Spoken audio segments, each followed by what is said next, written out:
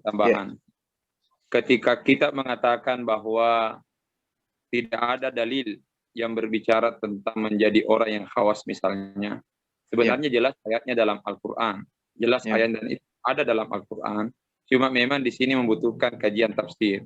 Di antaranya, Innallaha ya'murukum bil adli, Innallaha ya'murukum bil adli wal ihsan.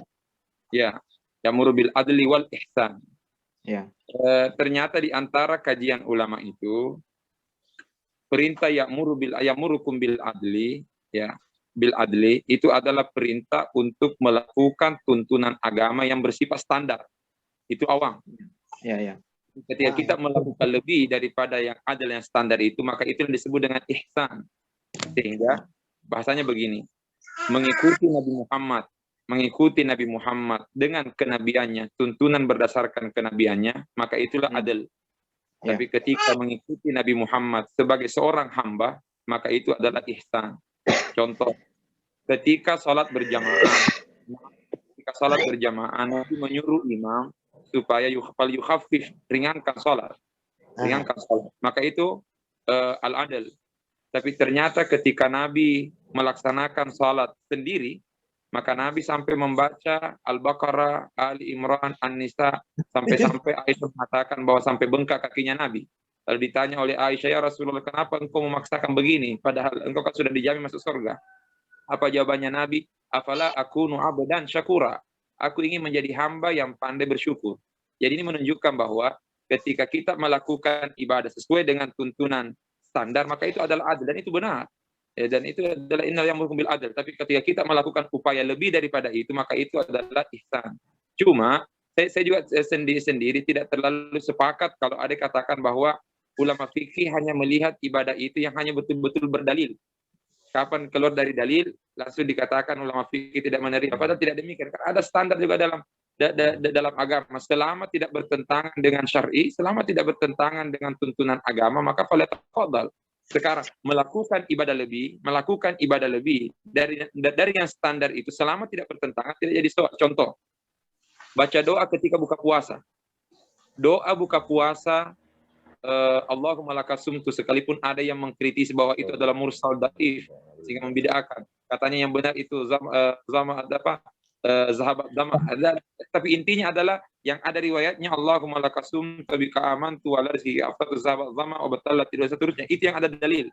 Tetapi salahkah ketika ada orang ketika ingin berbuka puasa dia baca doa bukan sekedar Allahumma lakasumtu, tapi sejak jam 5 sore dia baca doa sampai dikumandangkan azan maghrib. Apakah itu salah? Itu ihsan.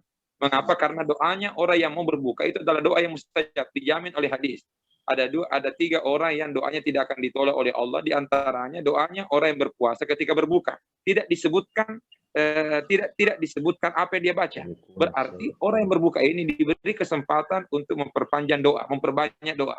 Sekalipun memang yang ada riwayat untuk berbuka puasa Allahumma lakasumtu, tapi bukan berarti penyebutan Allahumma lakasumtu itu adalah pembatasan doa. Ketika ada orang berbuka puasa dia membaca Allahumma lakasumtu, maka itu adil. Maka itulah innallaha ya'murukum bil adli. Tapi ketika ada orang baca doa lebih daripada itu, maka itu adalah ihsan. Ada kaidah yang harus diperpegangi dalam kaidah usul ya, kaidah fikih atau kaidah usul yang mengatakan umumul amri ini fikih di sini. Mungkin saya sedikit berbeda ketika dikatakan bahwa ulama fikih agak sedikit bertentangan nanti dengan ulama sufi. Tidak demikian. Imam Syafi'i sufiyun faqih. Imam Syafi'i adalah seorang sufi, seorang faqih. Imam kita yang lain. Ada kaidah dalam fikih kawaidul fikih atau kawaidul usul ini mengatakan umumul amri yaqtadi umumal amkina wal azmina wal ahwal wal ashkhas. Keumuman lafal atau keumuman perintah, selama perintah itu sifatnya umum, maka itu berlaku umum tempatnya, umum waktunya, umum kondisinya, dan umum orangnya. Kita tidak boleh membatasi sebuah perintah ketika perintah itu sifatnya umum, kecuali ada dalil yang mentakid, kecuali ada dalil yang membatasi. Ya, ketika ada yang mentaksis baru kita batasi. Contohnya. Itu tadi yang saya kasih contoh di waktu saya bicara tadi dia yang 500.000 tadi sebelumnya ya. Ini 500.000 lagi ya. Oh begini, ada yang membid'ahkan baca doa setelah salat fardu. Ada orang yang membid'ahkan karena tidak katanya tidak ada hadis yang berbicara. Ini padahal ayatnya ada dalam Al-Quran. Perintah baca doa setelah salat ada ayatnya dalam Al-Quran. Fa idza farakta fansab.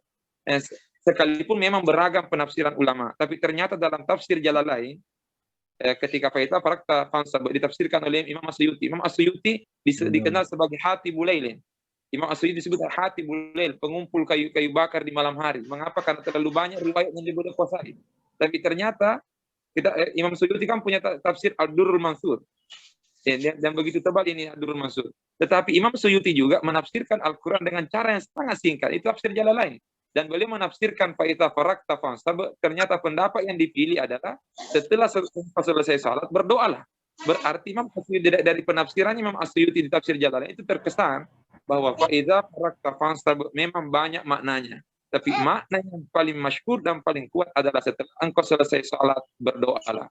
Maka ini sifatnya umum, tidak ada pembatasan. Oleh karena keliru kalau kita mengatakan bahwa bid'ah baca doa setelah salat lalu kita batasi karena tidak ada dalilnya. Maka itu yang saya maksud tadi, ini kurang baca. Kalau bukan kurang baca pasti salah baca.